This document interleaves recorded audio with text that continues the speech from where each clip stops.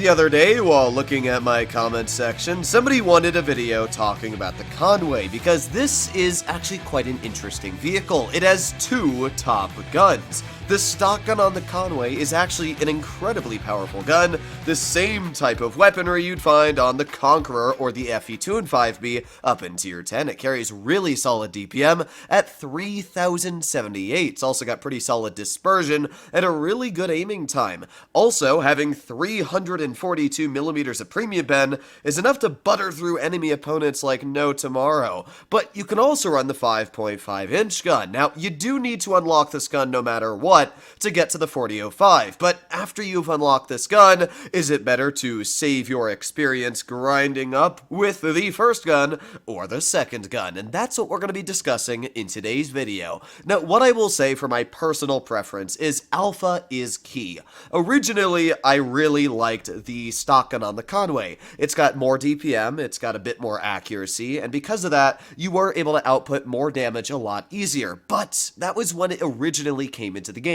Wargaming actually nerfed the gun on its damage per minute, and I think there was also a dispersion nerf if I'm not mistaken, but I do know the gun lost a lot of its biggest traits, and because of that, the 5.5-inch gun has become more of the option that a lot of people pick, including myself, because it just seems like alpha, especially with the hesh that the other gun carries, is a better option. But while the other gun does have its alpha advantage, this gun still does have DPM, accuracy, pen, and it does carry very solid hesh penetration on its secondary round that has the absolute ability to butter through enemy opponents. Now, the Conway itself is a pretty solid vehicle. It carries 10 degrees of gun depression, and that's because it's built off of a Centurion hull, as you can see by looking at the tank quite easily. The turret, I don't really know what the turret's based off of. It's just a tank destroyer turret that's probably in real life large enough to actually house the cannon and enough shells for the tank.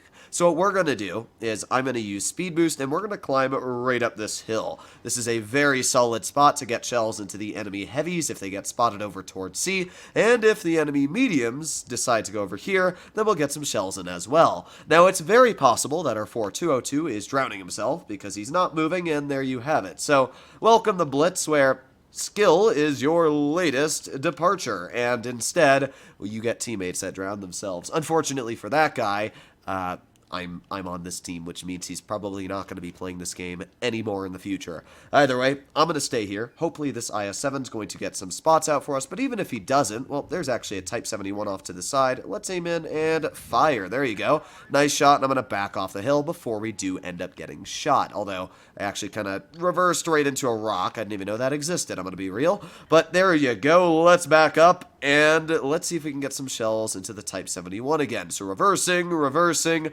We do have the E50M, and it looks like that Super Conqueror actually got really bled out there. We also got the T22 medium up top.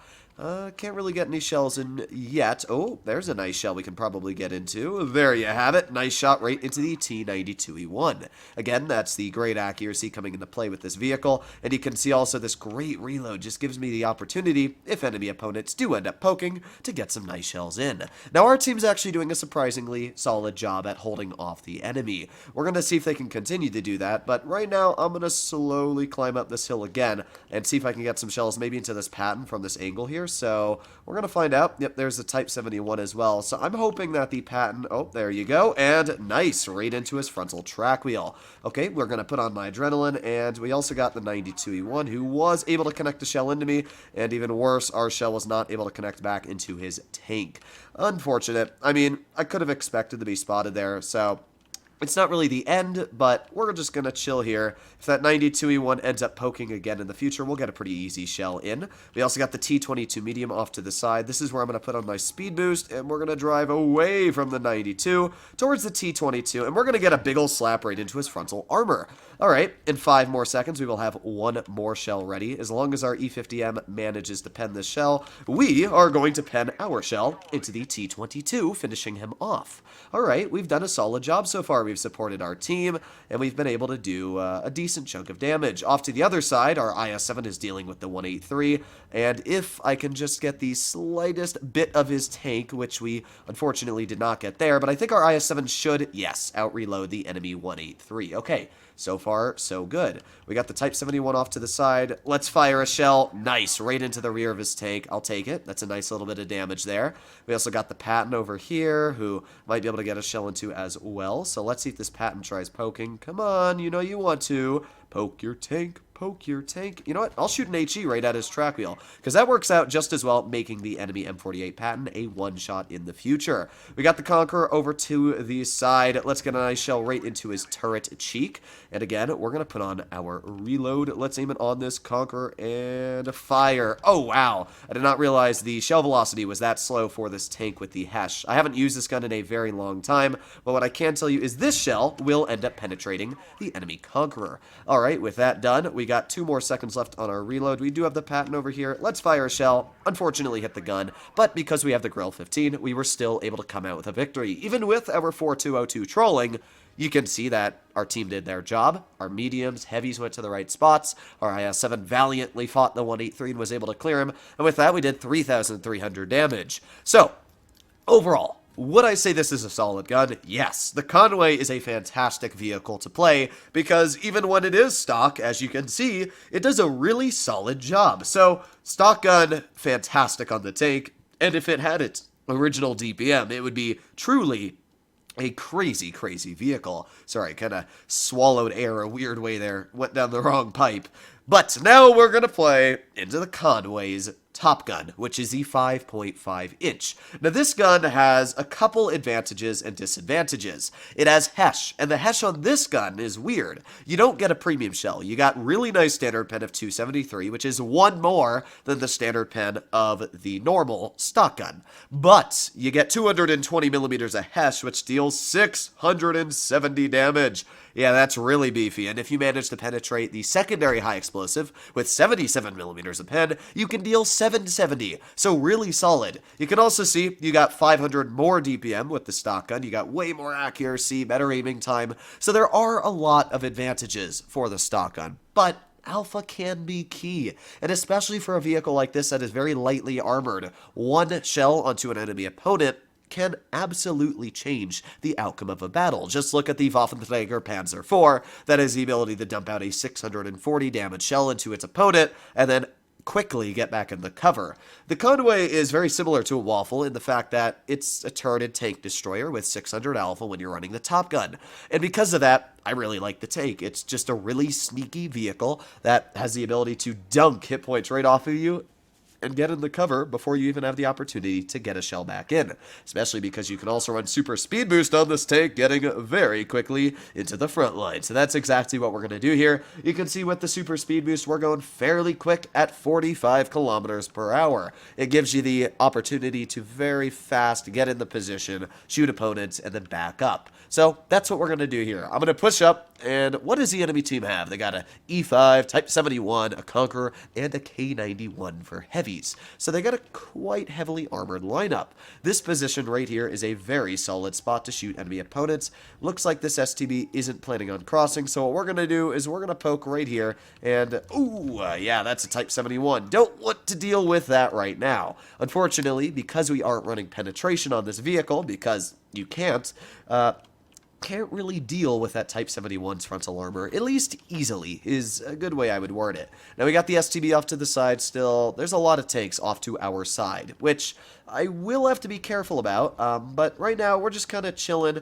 I'm going to stay here, keep the enemy opponents at bay. Maybe if this Vickers pokes, we'll be able to get a Hesh shell in. Fire! Oh, there you go. That is when this gun really works well. We were able to just dunk 600 hit points off of that Vickers light, bringing what was a very aggressive player down from an extremely strong point. So we got the 268 over here. Let's fire a shell right into that 268, and we were able to back up quick enough so that he couldn't even penetrate me again, dealing another 600 damage. The alpha is great in this position because we've been able to deal 1200 damage with only 2 penetrating shots. We got the Vickers, and I'm gonna wait. Come on, poke it again. Fire! Took a blind shell. Unfortunately, did not end up hitting the opponent. We're gonna use speed boost here so this Type 71 doesn't get the shell into us. That's where your amazing reverse speed does help out very, very big time. But the only problem is nobody's really spotting that Vickers. So Oh, there you go. Okay, now that the Vickers is detected, if the dude pokes again, we should be able to get a shell maybe into his tank. He pokes about here, so we're going to wait. Hopefully that Vickers does get detected. And 3, 2, 1, fire. Oh, I really, really want to clear that Vickers, but right now, that's not the biggest of problems. Our Type 71 just bled a huge chunk of his hit points, which is not really what you want in this type of engagement. So, trying to figure out what the best situation for me to do is. Let's get a shell into the lower plate of that Type 71. And yeah, that's gotta hurt you, dude, doesn't it? That's a pretty big chunk of your hit points. The Conqueror has just been cleared, which is great. So right now we're doing okay. We've gotten some shells into the enemy, and this Type 71 seems to be pushing fairly aggressive. Let's get another shell right into his lower plate. I don't really know what this guy's doing. I'm gonna be real. Yeah. Either way, we're gonna chill here. We're gonna stay in this position. That Vickers Light is quite a bit of a threat, but in this current spot, we can get a shell right into the Vickers, finishing him off. So, this is where the Alpha's great. You can see the Alpha has definitely helped me out when shooting at the Type 71, the Vickers Light, and in general, clearing the enemy team a lot faster. Since we got like the STB over here, we can fire a Hess shell at him, and oh, that's just the poor accuracy missing by a slight bit. But even with a non-pen, we were able to deal 400 damage. So, not bad at all. We got the E5 and the 268 over here. Let's just fire a standard shell at this 268 right at his lower plate. There you go. It didn't kill him, but I will take it. That's enough of a roll to very limit the playstyle of that dude. And our E100 is pushing fairly aggressive over here as well. All that's left is the STB1, which we're going to shoot at and bounce. But that's all good, because we reload in 9 more seconds. I'm going to push right onto this dude, and we're going to see if we can get some damage in. Again, this is just the great speed boost mobility that you're able to get out of this tank. And boom, there you have it. So, this is the Conway. Both gun options laid out in front of you with 2 very solid games showcasing their capabilities. The top gun, which is the 5.5 we just used, was able to output 4,368 damage, and I can definitely say it helped us big time in this battle. We were able to shoot that Vickers Light in the turret with a Hess shell. We were able to shoot that Type 71 twice in the lower plate. You wouldn't deal as much damage, but at the same time, I could have penned that Type 71 at the beginning of the battle, and I probably could have peppered a lot more easy shells into the Vickers with the better accuracy of the 120mm. So, personally, it's up to you. That's what I would say. If you like more DPM and you like more accuracy, then it's a no-brainer. Go for the DPM, go for the 120. But if you like Big Alpha, similar playstyle to the Waffle, then play the Waffle playstyle. Run the Big Alpha, especially because you have to run the top gun to make your way anyway to the 4005. So, try out both guns. It's not like you're not going to have the option to. Hopefully you enjoyed today's video, and if you'd like to see more like it, you know what to do. Also, because as I said earlier, this was a commented suggestion, if you have any videos or tanks you want to see, let me know. I'll see you in the next one. Bye-bye.